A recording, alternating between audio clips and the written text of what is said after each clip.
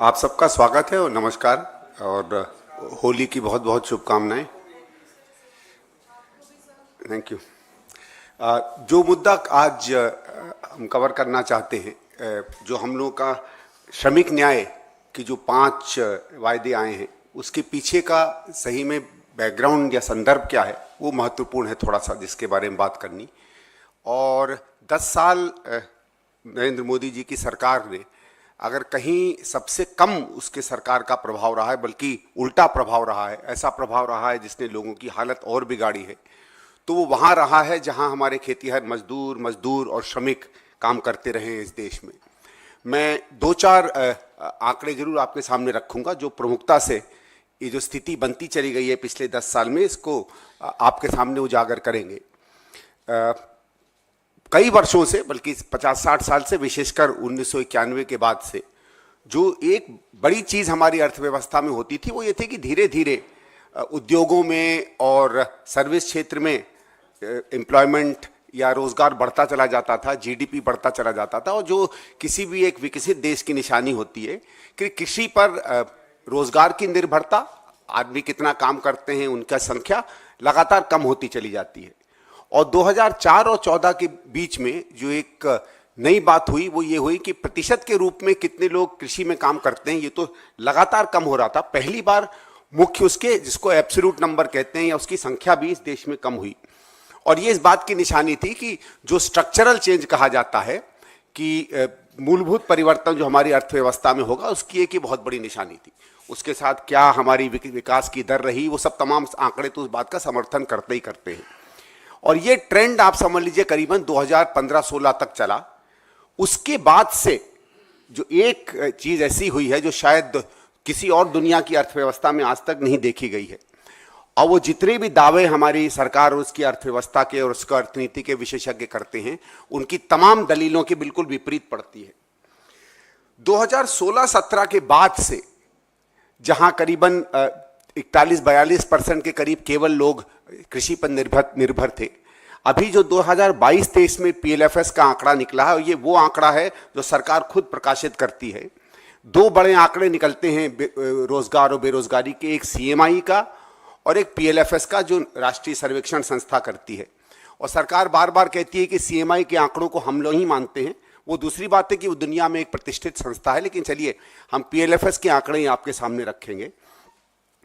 ये जो 7-8 साल का समय रहा है, इसमें 2018-19 तक पहली बार 3 करोड़ के करीब ज्यादा लोग कृषि में गए। और उसके बाद आज के आंकड़े में अगर आप देखें, 2014-15 के बाद करीबन 6 से 6.5 करोड़ लोग और जगहों से रोजगार छोड़कर कृषि में चले गए हैं। ये पहली बार हुआ है हिंदुस्तान के इतिहास में और विकसित देशों के आर्थिक इतिहास में, शायद अगर हम पिछले 100-200 सालों का ये नंबर पता कर लें, और अगर मैं गलत हूं तो कोई व्यक्ति मुझे बताए। और ये 2 बात विशेषतः दर्शाता है। एक तो ये है कि तमाम, अगर आप देखिए पिछले 8-9 साल में कौन से वो 2 या 3 बड़ी नीति की बातें थी जिनकी प्रधानमंत्री कहा करते थे। उन्होंने कहा हम मेक इन इंडिया प्रमोट कर रहे हैं, और मेक इंडिया के पीछे देश को सशक्त करना है, हमारी उत्पादन क्षमता को सशक्त करना है, लेकिन उसके साथ साथ लोगों को अच्छा रोजगार देना है। और मेक इन इंडिया का रोजगार आता है उद्योग से, मेक इन इंडिया का रोजगार आता है सर्विसेज से। ये उसके बिल्कुल विपरीत हुआ कि आप मेक इन इंडिया का एक तरफ नारा देते हैं और आपके कार्मिक लोग जो हैं, जिनके लिए सही में कोई भी काम किया जाता है, वो छोड़कर वापस कृषि में जाते हैं। और कृषि ने भी पिछले 7-8 सालों में कोई इतना अभूतपूर्व विकास नहीं दिखाया है कि इतना आकर्षण हो, वहां के लोग चले जाएं। और कृषि की क्या हालत है ये तो आप सब जानेंगे। जब हरियाणा, पंजाब और उत्तर पश्चिमी उत्तर प्रदेश का विकसित किसान सड़क पर हाय हाय कर रहा है, तो छोटा किसान 1 एकड़ का, 1.5 एकड़ का, 2 एकड़ का, जिसको हम सीमांत छोटा किसान कहते हैं, उसकी क्या हालत होगी वो आप खुद अपने ऊपर समझ सकते हैं। जहां 42% के करीब था, वो 46-48% पहुंचा। जहां हमारे 30 या 35 करोड़ आदमी काम किया करते थे, आप समझ लीजिए उत्पादकता उतनी ही, आमदनी उतनी ही, विकास उतना ही, और 6-7 करोड़ नए लोग आ गए उतनी ही आमदनी में घर चलाने के लिए, पैसा कमाने के लिए। तो क्या बद से बदतर हालत हुई होगी उस पूरे क्षेत्र की, वो आप अपने आप समझ सकते हैं।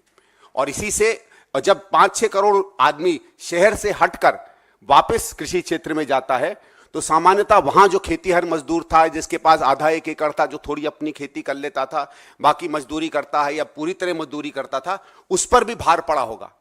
और उसका आप सब जानते हैं कि जब ज्यादा लेबर किसी जगह चला जाता है, लेबर की जरूरत से ज्यादा अगर सप्लाई हो जाती है, तो पहला उसका असर होता है आमदनियों पर, कितना उसको रोजगार मिलेगा डेली का।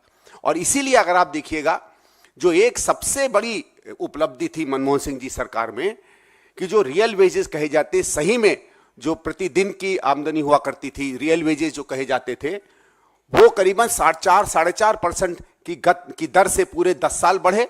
और खासकर आखिरी के यूपीए 2 में तो 6-6.5% हर साल की रेट से वो बढ़े। और ये रेट मोदी सरकार के 8 या 9 साल में गिरकर 0.8 रह गया, यानी समझ लीजिए बिल्कुल ही नगण्य सा। और मैं एक नंबर आपके सामने जरूर बताना चाहता हूं, जो और अच्छी तरीके से इस आंकड़ों को आपके सामने रखेगा। 1917 में जब ये दर बिल्कुल नीचे आकर उसके बाद एक तरीके से जीरो की तरफ पहुंचा, तो ये माने जाता था कि हमारे रियल वेजेस जो है कृषि में, वो 19,450 रुपया महीना है। और आज इतने सालों की विकसित भारत, आत्मनिर्भर विकसित भारत की दरों के बाद वो पहुंच गया है केवल 20,39 तक। यानी 8 या 9 साल में मुश्किल से शायद आधा 1% ओवरऑल बढ़ा है। और अगर आप सीधे सीधे इसको उस बात से लें, आधा 1% ओवरऑल बढ़ा है। और अगर आप सीधे सीधे इसको उस बात से लें कि एग्रीकल्चर में डिस्ट्रेस, एग्रीकल्चर में आप समझ लीजिए समस्याओं के बावजूद जब 6-6.5 करोड़ इंसान और वहां बढ़कर जाता है, तो यही होगा। जहां एक मजदूर को काम नहीं मिल रहा था, अगर वही काम 3-3 मजदूर, 4-4 मजदूर मांगेंगे, तो फिर कीमत अगर 100 रुपए में लेबर मिलता था, वो 80 रुपए पर आ जाएगा, 60 रुपए में आ जाएगा। और जिस आदमी को मुश्किल से 100 दिन का, 80 दिन का, 70 दिन का काम मिलता था, वो शायद 30 दिन या 40 दिन पर आ जाएगा। ये 2 बड़ी महत्वपूर्ण बातें मैं चाहता था आपके सामने इनका उल्लेख करूं। और तीसरी चीज, आपने एक और चीज देखी होगी कि अभी सरकार ढिंढोरा पीट रही है कि साहब जो हमारे यहां बेरोजगारी का दर है वो बहुत कम हुआ है। उन्होंने ये माना था कि आज से 3-4 साल पहले बेरोजगारी का दर अपनी ऐतिहासिक दर पर 8-10% के करीब पहुंच गया था, 10-11% के करीब। उसको सरकार ने भी माना और अभी वो आंकड़ा दिखा रहे हैं 5 या 5.2% का। और वो कह रहे हैं कि बहुत अच्छा हम लोगों ने प्रगति की है। लेकिन एक आंकड़ा वो उसमें आपको बताना भूल गए कि जो सबसे ज्यादा इसमें रोजगारी बढ़ी है, वो एक ऐसा नंबर है। और मैं चाहूंगा कि अगर आप लोग सब सरकार की इस विकास दर पर विश्वास करते हैं और इस बेरोजगारी के आंकड़े पर विश्वास करते हैं, तो आप भी सब इसी कैटेगरी में अगली नौकरी करिएगा। उसे अनपेड फैमिली लेबर कहते हैं, मतलब बिना पैसे के अपने परिवार में काम में जुट जाना। यानी अगर आप यहां शाम को काम छोड़ के घर जाएं और अपनी अम्मा के लिए कुछ बर्तन का काम कर लें या अपने खेत में हल्का सा खेत जोत लें, तो वो उसको रोजगार की मानक मानी जाती है। दुनिया में हिंदुस्तान केवल एक देश है, करीबन 40-42 देश ऐसे हैं जिनमें रोजगारी और बेरोजगारी के आंकड़े इकट्ठा किए जाते हैं। हिंदुस्तान ही एक ऐसा देश है जिसमें अनपेड फैमिली वर्कर को एम्प्लॉयड माना जाता है। और वो नंबर पिछले 6 से 7 साल में, आपको मैं इसके आंकड़े बताता हूं किस तरीके की प्रगति हुई थी। जब 2004 में मनमोहन सिंह जी की सरकार आई थी, तो करीबन 10 करोड़ लोगों को गिनती से माना जाता था कि अनपेड फैमिली लेबर है। जब मनमोहन सिंह जी की सरकार 2013-14 में हटी, तो 12-13 का आखिरी आंकड़ा है 2012 का, ये करीबन 7 करोड़ के करीब पहुंच गया था, 72 मिलियन के करीब। और ये 2017 तक ये पहुंच गया था और भी कम, करीबन 52-53 मिलियन के करीब, यानी समझ लीजिए 5.25 करोड़ के करीब। आज ये आंकड़ा 9.5 करोड़ पर है। और ये वही 4-4.5 करोड़ लोग हैं जो दर दर भटकते हैं, जिनको कोई काम नहीं मिलता है और केवल अपने घर में जो व्यवसाय चल रहा है, अगर पिताजी की दुकान है या उनका उनकी खेती है, उसमें थोड़ा सा हाथ बटा लिया या अम्मा की मदद कर दी या टायर पंचर की दुकान में आपने हाथ जोड़ लिया, जिसमें आपको पेमेंट कोई नहीं मिलती है, उस आंकड़े से सरकार ने अपने बेरोजगारी के आंकड़ों को बढ़ाया है। ये 3 मुख्य आंकड़े मैं इसलिए देना चाहता था कि जो बद से बदतर हालत आज हमारे खेतीहर मजदूर की, किसानी करने वाले व्यक्ति की, इंडस्ट्रियल लेबर की है, वो इस बात को दिखाता है कि कितनी बुरी तरीके से हमारी अर्थव्यवस्था की नियोजन इस सरकार ने पिछले कुछ समय में किया है। साथ साथ अगर आप केवल सामान्य कीमतों की बात कर लें, इन्फ्लेशन की बात कर लें, तो और आंकड़े कर अपना ये वक्तव्य खत्म करूंगा और फिर अपने किन कारणों से और इसी से जुड़ी हुई तर्कों से किस तरीके से श्रमिक न्याय के जो हमारे वायदे आए हैं वो क्यों आए हैं, कैसे आए हैं, और हमारे हिसाब से उनका और आने वाली 2 या 3 महीने के बाद जब इंडिया अलायंस की सरकार आएगी तो किस तरीके से हम अपनी नीतियों में इन विषयों को, इन समस्याओं को अपने सामने रखेंगे, उसका मैं 2-1 मिनट आपके सामने समय लेना चाहता हूं।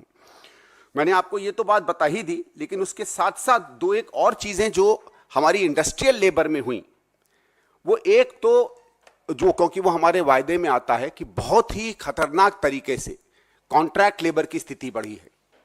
2011-12 में जब एनुअल सर्वे ऑफ इंडस्ट्री आया था तो उसमें एक आंकड़ा आया था जो, और वो आंकड़ा मैं इसलिए बताना चाहता हूं कि वो आंकड़ा चौंकाने वाला है। केवल 28% फैक्ट्रियां इस देश में थी जो कॉन्ट्रैक्ट लेबर लिया करती थी। 72% मतलब फैक्ट्रियां ऐसी थी जो पूरा सिर्फ परमानेंट एम्प्लॉयमेंट देती थी। सिर्फ 28% ऐसी थी जो कॉन्ट्रैक्ट लेबर को या दिहाड़ी वाले लेबर को एम्प्लॉय किया करती थी। पिछले साल जो एनुअल सर्वे ऑफ इंडस्ट्री का डेटा आया है वो 28% बढ़ के आज 98% पर आ गया है। यानी समझ लीजिए जितनी फैक्ट्रियां हमारे यहां हैं अब केवल दिहाड़ी पर मजदूर रखती हैं, और आप समझ सकते हैं कि दिहाड़ी पर जो मजदूर रखता है उसकी क्या हालत होगी। और समझ लीजिए अगर 7-8 साल में यह हाल हो गया है तो और 10-15 साल में जो कुछ पुराने कॉन्ट्रैक्ट के कारण जो थोड़े बहुत मजदूर बचे होंगे, जो परमानेंट एम्प्लॉयमेंट में हैं, जिनके कुछ अधिकार हैं, जो कम से कम यूनियनाइज कर सकते हैं, अगर उन पर कुछ प्रताड़ना हो या उनको कोई दिक्कत हो तो थोड़ा मोटा स्ट्राइक कर सकते हैं, जिनको पीएफ मिलेगा, जिनको ईपीएफ मिलेगा, जिनको थोड़ी बहुत और सरकारी सुविधाएं मिलेंगी, वो भी एक एक करके धीरे धीरे जो अभी प्रभाव चल रहा है सबके सब कॉन्ट्रैक्ट लेबर पर चले जाएंगे। तो ये एक और बहुत खतरनाक स्थिति है, और इस कारण से हमारी पार्टी ने समझा कि श्रमिक न्याय के ऊपर जो 3 या 4 महत्वपूर्ण बातें उस पर हम बात करें। अर्थव्यवस्था में बहुत विस्तार से चिदम्बरम साहब ने 2-1 बार कहा भी है कि किस तरीके से हम रुख अपनी पूरी सरकार की नीतियों का मोड़ के आज एमएसएमई या छोटी उद्योगों की तरफ ज्यादा पैसा लगाने की कोशिश करेंगे। ये माना जाता है कि 10 से 10.5 करोड़ के करीब लोग आज भी एमएसएमई में हैं। और जहां तक इंडस्ट्री में एम्प्लॉयमेंट की बात है, एक और का आंकड़ा मैं आपको बताता हूं जो आपको दिखाएगा कि किस तरीके से उद्योग के क्षेत्र में इन्होंने कम से कम रोजगार में प्रगति की है। जब 2014-15 में मनमोहन सिंह जी की सरकार हारी थी तो ये अमूमन अंदाजा लगाया जाता था कि करीबन 6 करोड़ के लोग के करीब मैन्युफैक्चरिंग में एम्प्लॉयमेंट में है। 6 करोड़ का आंकड़ा था, आज वो आंकड़ा है 6 करोड़ 30 लाख। यानी आत्मनिर्भर भारत होने के बावजूद, मेक इन इंडिया होने के बावजूद, स्किल इंडिया होने के बावजूद हर वर्ष केवल 2 से 3 लाख लोगों को मैन्युफैक्चरिंग में नौकरी मिल रही है, जबकि यह माना जाता है कि 70 से 75 से 80 लाख नई नौकरियों का हर वर्ष आवश्यकता है। और इसका उस कारण से भी दिक्कत हो रही है क्योंकि जब हमारी सरकार थी 8-10 साल तो 75 लाख के करीब एवरेज पर एनम हम लोग नए रोजगार का सृजन करते थे, जो घटकर मनमोहन सिंह जी की सरकार में केवल 29 लाख प्रतिवर्ष रह गया है। इसीलिए जो 4 या 5 हमारी प्रॉमिसेस आए हैं, वो एक तो मैं बता रहा हूं कि अर्थव्यवस्था में किस तरीके से छोटे उद्योगों पर ज्यादा पैसा खर्च करके कोशिश की जाएगी कि वहां दोबारा से जो रोजगार सृजन खासकर गैर कृषि क्षेत्र में या नॉन फार्म सेक्टर में हो रहा था उसको प्रोत्साहन मिले। और जो 4 ऐसे हम लोगों ने स्कीम इसमें अनाउंस किए हैं वो मदद करेंगे कि जहां जहां इन स्कीमों के कारण लोगों की जिंदगी पे कुठाराघात हुआ है उन्हें मदद मिले। एक होगा स्वास्थ्य अधिकार का, हमारी सरकार एक राइट टू हेल्थ लाएगी जो यूनिवर्सल हेल्थ केयर देगी, जिसमें free essential diagnostics, medicine, treatment, surgery और रिहैबिलिटेटिव और पैलिएटिव केयर होगी। इसमें कुछ इसका थोड़ा सा हल्का आप लोगों ने दर्शन देखा होगा कि राजस्थान में हम लोगों की स्थानीय सरकार ने किस तरीके से एक नई हेल्थ स्कीम को जगह दी, और जब वो जमीन पर उतरी तो शायद ही कोई व्यक्ति है राजस्थान का जो आज भी, भले ही सरकार हमारी वहां चली गई हो, लेकिन इस स्कीम की सराहना नहीं करता है। बल्कि कुछ भारतीय जनता पार्टी के मंत्री लोग भी, सरकार नई मंत्री जो आए थे उन्होंने जब शपथ ली तो उन्होंने और सब चीजें जो भी कही होंगी ये कहा कि वो एक अद्भुत स्कीम थी गहलोत साहब की, और उस स्कीम से और कांग्रेस का जो राइट्स बेस्ड इनिशिएटिव रहा है उससे प्रोत्साहन लेकर ये प्रॉमिस हम लोगों ने दी है।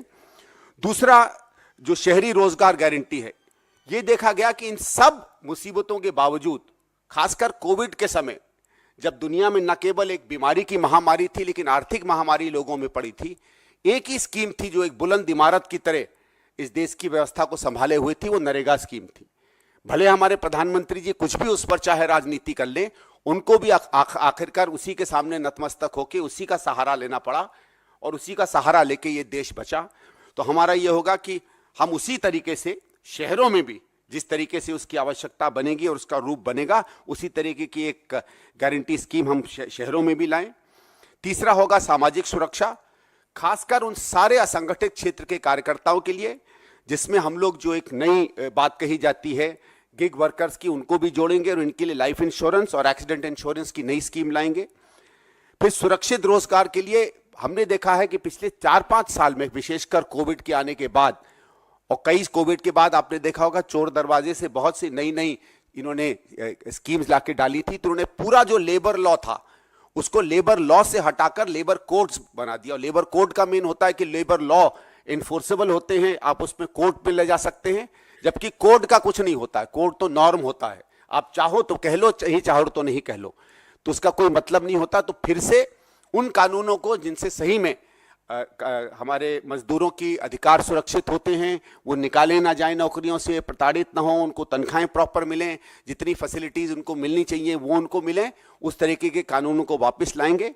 और आखिर में श्रम सम्मान में, नरेगा में हम ये बात सुनिश्चित करेंगे कि कम से कम 400 रुपये प्रतिदिन का एक मिनिमम वेज हम लोग अनाउंस करें, जो नरेगा में पूरे हिंदुस्तान में इंप्लीमेंट होगा। अब आपके साथ कोई सवाल हो तो थैंक यू।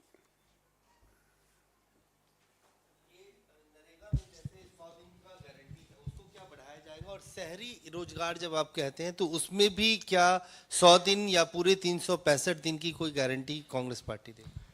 देखिए, 100 दिन में थोड़ा सा बैकग्राउंड ले जाऊंगा, क्योंकि जब ये नया कानून बना था तो उसकी कमेटी में मैं भी था, और 100 दिन हम लोगों ने ऐसे ही नहीं निकाला था। ये देखा गया था कि तमाम जितने भी स्टडीज हिंदुस्तान में हुई थी उसमें देखा गया था कि वर्तमान स्थिति में जितना रोजगार मजदूरों को, खासकर खेतीहर मजदूरों को मिलता है, उसमें अगर 80 से 85 के करीब अगर और दिन उनको मिल जाते हैं तो वो एक बेहतर जीवन व्यतीत कर पाएंगे और एक जो माइग्रेशन है वो भी कम होगा।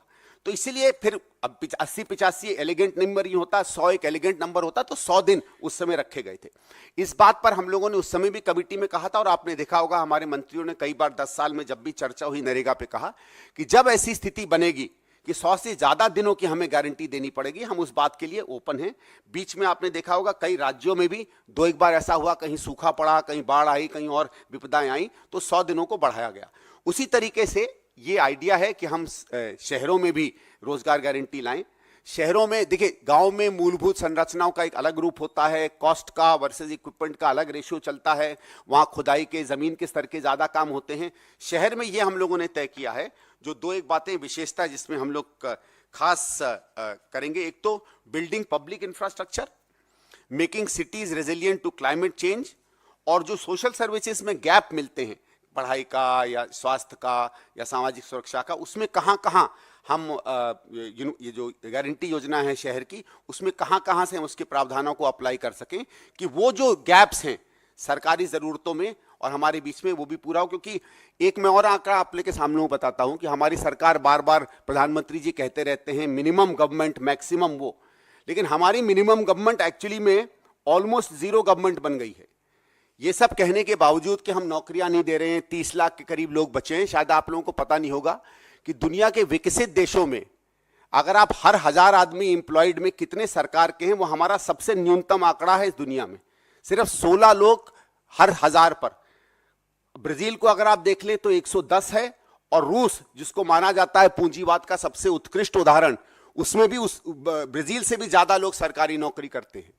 और मुझे तो ये लगता है कि हमारे यहाँ ये सुनिश्चित तरीके से किया गया कि धीरे धीरे सरकार की सेवाएं बंद करते चले जाओ, जैसी जैसी सेवाओं में लोग कम होते चले जाएंगे, अपनी अपनी आप सेवाओं की गुणवत्ता खत्म होती चली जाएगी।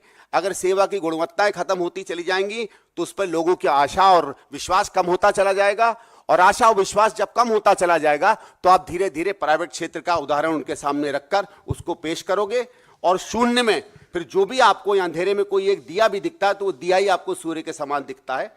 तो सूर्य को बुझाकर जब अंधेरे में आप प्राइवेट सेक्टर का दिया दिखाओगे तो अपने आप से आपके लोगों के अंदर में भी एक आकर्षण उसके लिए बढ़ेगा। तो ये जो सरकार को उसके कर्मचारियों को कम करके कमजोर किया गया, उसकी सर्विसेज की क्वालिटी घटाई गई है, मेरे हिसाब से तो एक सुनिश्चित तरीके से सरकार ने जो उसकी मूल नीति रही है कि सरकार की जगह और लोगों की जगह ये कुछ लोगों की अर्थव्यवस्था बन जाए, ये भी उसके तरफ एक कदम था। संदीप जी इधर, हाल में 3 राज्यों में विधानसभा चुनाव हुए। आपने जैसे राजस्थान का जिक्र किया, आपने सबसे बढ़िया हेल्थ पॉलिसी दी, आपने छत्तीसगढ़ में किसान कर्ज माफ़ी की बात की, मध्य प्रदेश में भी आपने तमाम घोषणाएं की। बावजूद इसके जनता आपके बातों पर नहीं आई। क्या वजह है कि आप जनता तक अपनी बात पहुंचा नहीं पा रहे हैं, जनता को आपकी बात पर भरोसा नहीं है? नहीं, देखिए, एक तो यह है कि इन तीनों राज्यों में मैं तो थोड़ा बहुत अपने अनुभव से भी कह सकता हूं, क्योंकि मध्य प्रदेश में हम लोग थे। जो आपकी बात रही कि क्या हम अपनी बातों को, अपने वायदों को उनको उस तरीके से लोगों के बीच में नहीं पहुंचाए जिस तरह आवश्यकता थी, इस बात को मैं मानता हूं। प्रचार प्रसार में हमने हमेशा माना है, क्योंकि शायद हम लोग एक पुरानी पार्टी रहे हैं, उस समय हम लोगों को, ज़्यादातर लोगों को प्रशिक्षण मिला चुनाव लड़ने में या देश चलाने में कि काम ज़्यादा करते लोग अपने आप उसका एहसास होगा। शायद वो हमारी अभी भी डीएनए में एक वो गलत जीन घूम रहा है, उसको बदलना पड़ेगा। अब ज़्यादा चीखो चिल्लाओ तो उसकी आवश्यकता पड़ती है।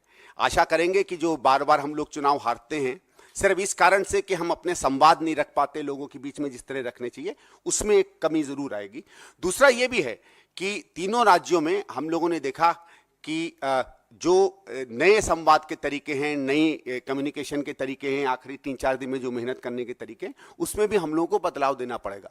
और इसलिए मैं कह रहा हूं कि शायद ये 3 चुनाव एक तरीके से आप समझें तो, क्योंकि चुनावी रणनीति में हमको लगा कि हम कहीं ना कहीं कमजोर हुए, उनसे सीखकर आप दिखेगा कि अगले 2-1 महीने में आप खुद ही 3 महीने बाद मुझसे कहेंगे संदीप जी आप लोगों ने सीखा जरूर था।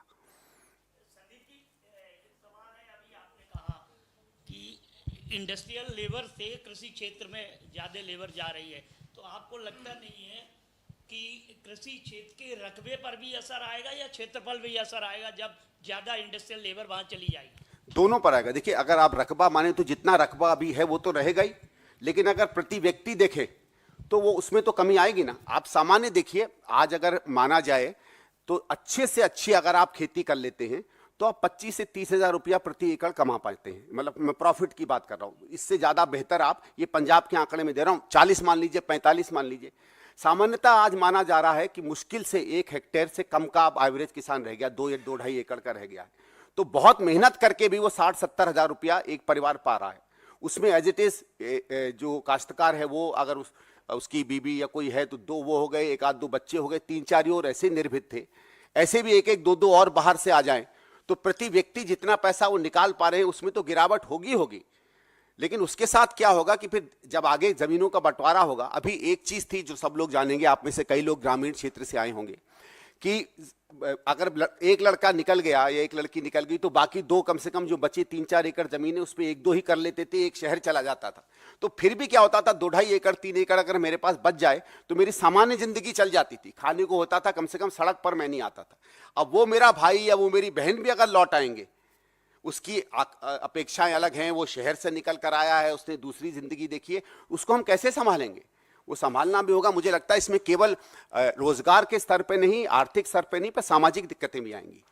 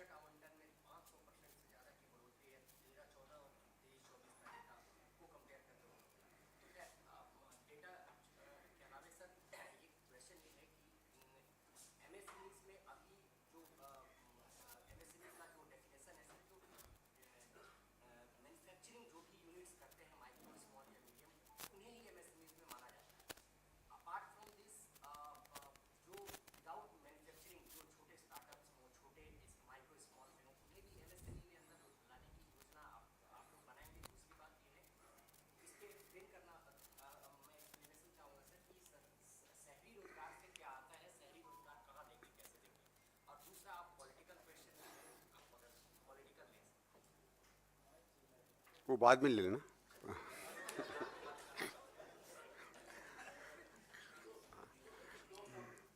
मैं पॉलिटिकल जवाबों पे आजकल सतर्कता से जवाब देता हूं। तो नहीं, देखिए, जो आपका आंकड़ा है वो एमएसएमई का है या ओवरऑल मैन्युफैक्चरिंग में एम्प्लॉयमेंट का, ये मैं नहीं जानता, क्योंकि हमारे आंकड़े तो जो पीएलएफएस के सर्वेज आते हैं और जो एमएसएमई की साइट में है उसमें। लेकिन मैं एमएसएमई का एक आपको जरूर इंटरेस्टिंग आंकड़ा दूंगा, क्योंकि ये लोग जब बात, देखिए, एक तो क्या है एमएसएमई में क्या खूबसूरती है बड़ी इंडस्ट्री से। सामान्यतः ये माना जाता है, और ये नंबर ऊपर नीचे हो सकते हैं, पर सामान्यतः ये माना जाता है कि छोटे उद्योगों में अगर आप 1 लाख रुपए का निवेश करेंगे तो 1 नौकरी का सृजन करते हो। बड़े उद्योगों में 1 करोड़ का निवेश करेंगे तो 1 नौकरी का उत्पादन करते हो, और उससे भी बड़े उद्योगों में 10 करोड़ का करोगे तो 1 लाख करोड़ अगर आप छोटी उसमें अगर आप इन्वेस्ट कर दोगे, आप समझ सकते हो कितनी नौकरियों का आप सृजन करोगे। इसलिए एमएसएमई में वो जादू है रोजगार के लिए जो कोई और स्तर पर नहीं आता है। ठीक है, फिर आपने मुझसे बात की थी कि ये और क्या क्या, देखिए इसमें भी समझ में नहीं आ रहा जो सरकारी आंकड़ों में, क्योंकि मैं आपका ध्यान आकर्षित करता हूं जो प्रधानमंत्री की सबसे ज्यादा चर्चित स्कीम है मुद्रा। ठीक है, मुद्रा स्कीम की बात की जाती है, कहा जाता है कि साहब मुद्रा स्कीम में हम छोटे छोटे बड़े बड़े बहुत से लोन दे रहे हैं।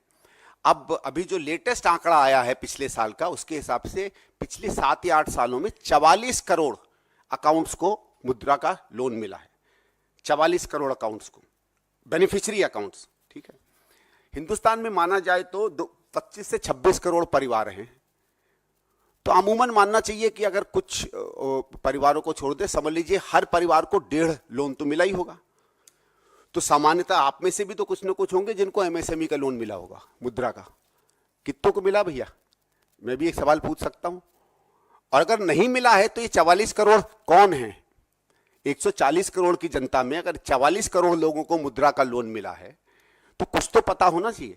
तो मैं ये कह रहा हूं कि इनके ये आंकड़ों के माया जाल में बहुत मुश्किल है फंसना, क्योंकि इस सरकार की एक बहुत खूबी है, हर सरकार में दुनिया में जब भी कोई स्कीम आती है सड़क पर तो उसका जो मूल्यांकन किया जाता है उसके उद्देश्यों को देखकर किया जाता है, उसकी डिलीवरी देखकर नहीं। मतलब यह है कि एमएसएमई में अगर आपने मुद्रा में पैसा लगाया है तो कितने उसमें संस्थाओं ने पैसे वापस किए, क्योंकि पैसा वापस करना इस बात का उदाहरण होता है कि वो बिजनेस अच्छे ढंग से चल रही है। 2 या 3 साल बाद उसमें कितने बिजनेसेस हैं जो जमीन पर पाए गए। क्या कोई भी ऐसी इवैल्यूएशन हुई है एमएसएमई की? जितनी इवैल्यूएशन हुई हैं सप्लाई की हुई हैं, जिसको कहा जाता है आउटपुट ओरिएंटेड कुछ नहीं हुआ, इनपुट ओरिएंटेड हुआ। इनपुट ओरिएंटेड में तो ऐसे भी पूरी दुनिया में जन्नत मिल जाएगी अगर केवल इनपुट या इन्वेस्टमेंट ओरिएंटेड एनालिसिस करेंगे। इसलिए मैं इनकी आंकड़ों को बहुत गंभीरता से नहीं लेता। शहरी रोजगार योजना की जब आपने बात की है, जैसे मैंने बताया ये 3 जगह हम लोगों ने बताई हैं। एक क्लाइमेट रेजिलियंस किस तरीके से बिल्ड की जाएगी, एक पब्लिक इंफ्रास्ट्रक्चर शहरों में कैसे बनाया जाएगा। ठीक है, और तो उसमें क्या है कि अभी भी आप देखिएगा कि बहुत से शहरों में मूलभूत इंफ्रास्ट्रक्चर पे बहुत सा काम बाकी है। क्योंकि नरेगा में भी देखिए एक चीज विशेष थी। नरेगा में महात्मा गांधी नरेगा स्कीम में, क्योंकि हम लोग उसमें थे जब डिजाइन हुआ था, कि श्रमिक हाथ से काम करने वाला हम रोजगार देंगे।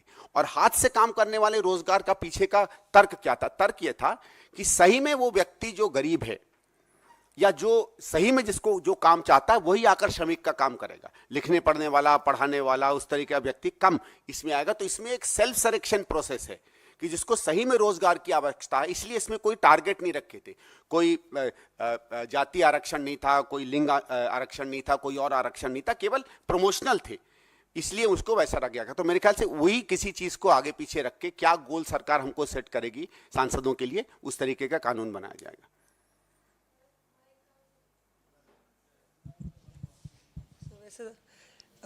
संदीप जी, जेपी नड्डा साहब ने केजरीवाल को कहा था एक वक्त पे कि तू इधर उधर की बात ना कर, तू ये बता काफिला क्यों लेटा। क्योंकि आप बहुत सारी इधर उधर की बातें कर रहे थे, मैं पूछना चाह रही थी, दिल्ली के टिकट नहीं बटे हैं, क्या आप कांग्रेस की नीति ये श्रमिक और तमाम गारंटियों को लेके पार्टी के लिए और अपने लिए जो है वोट मांगेंगे या नहीं? इसके बारे में कुछ क्लैरिटी है कि नहीं? वैसे पहली चीज तो मौसमी जी, काफिला तो उन्हीं का लुटने वाला है, तो हमारा नहीं लुटेगा। नहीं, देखिए ये जो मैं कम से कम पिछले कुछ समय से जो गारंटियां हमारी देख रहा हूं, हमको लगता है कि हमारे राजनीतिक कैंपेन में ऑलमोस्ट स्वाभाविक है। जैसे दिल्ली की अगर आप बात करें तो कृषि से संबंधित या किसान से संबंधित तो है, वो बहुत ज़्यादा हमारे लिए रेलिवेंट नहीं है। हमारे यहाँ मेरे ख्याल से खेती किसानी 3-4%, 5% ही लोग होंगे, उससे ज़्यादा नहीं होंगे। लेकिन जितनी चीज़ें, जितनी गारंटीज कही जा रही हैं, मेरा जो अनुभव रहा है दिल्ली का, उसमें मुझे लगता है कि उनमें से हर गारंटी में कुछ न कुछ ऐसा है जो वहां एक प्रभाव करेगा जहां लोगों में सच्ची को किसी न किसी चीज की जरूरत दिख रही है। जैसे मैंने कुछ जो श्रमिक गारंटियों की आपके सामने बात की, तो मुझे लगता है कि ये 25 गारंटियों को लेकर और जो बाकी मैनिफेस्टो हमारी पार्टी का और इंडिया अलायंस का बनेगा, उनको अगर हम लेकर सड़क पर जाएंगे तो दिल्ली में तो मुझे कम से कम एक चीज मालूम है कि 7 सीटों पर हम लोग अब की बार बहुत बुरी तरह हिलाने वाले हैं बीजेपी को। देखिए वो जब मैं स्पोक्स पर्सन से बाहर बात करूंगा तब पूछ लीजिएगा। जी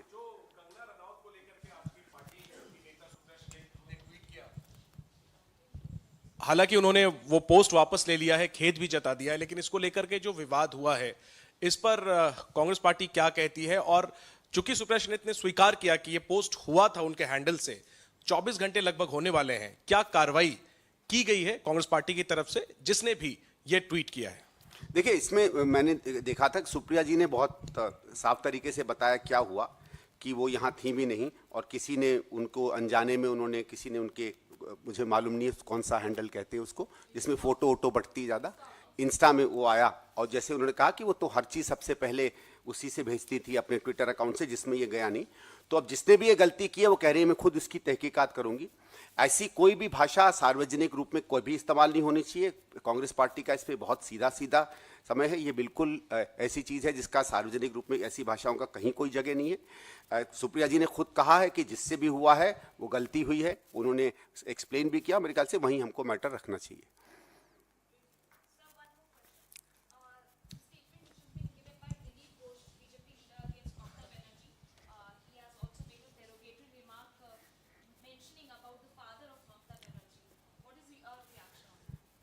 देखिए, I think this is also very, very condemnable, as condemnable as any of the other, controversial issues that are going on. And I hope that the National Commission for Women, just as they took cognizance of a social media post that was later clearly explained was put there by a mischief of anybody else, as because they have taken strict action on it, I hope that they will do the same and apply the principle of upholding the virtue and dignity of women in this case also.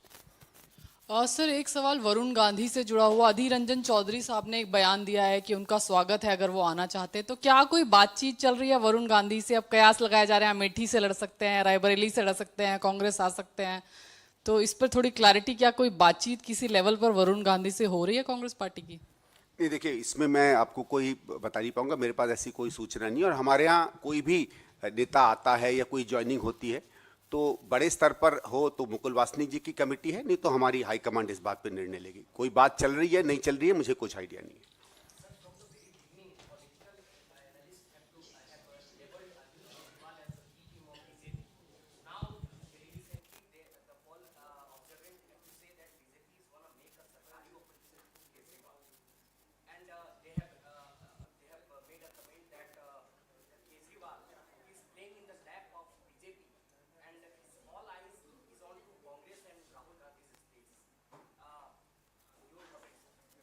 नहीं, देखिए ठीक है, जो लोगों को India alliance से डर लग रहा है, उनको लगता है कि अब किस तरीके से जो सशक्त होकर इंडिया अलायंस बाहर निकल कर आई है उस पर अपनी अपनी टिप्पणी करें। मैं बस इतना कहना चाहता हूं कि इंडिया अलायंस में आम आदमी पार्टी की एंट्री आज से कोई 4-5 महीने पहले, 3 महीने पहले हुई थी। तो पहले तो इस तरह के कमेंट्स आए नहीं। कमेंट तो यही आ रहे थे कि ये लोग भाग जाएंगे, अलायंस में नहीं आएंगे। जब अलायंस में आ गए तो एक नई तर्क से ये लोग बदनाम करने लगे इंडिया अलायंस को। तो इन लोगों की जो आलोचना है उसको मैं गंभीरता से नहीं लेता हूँ।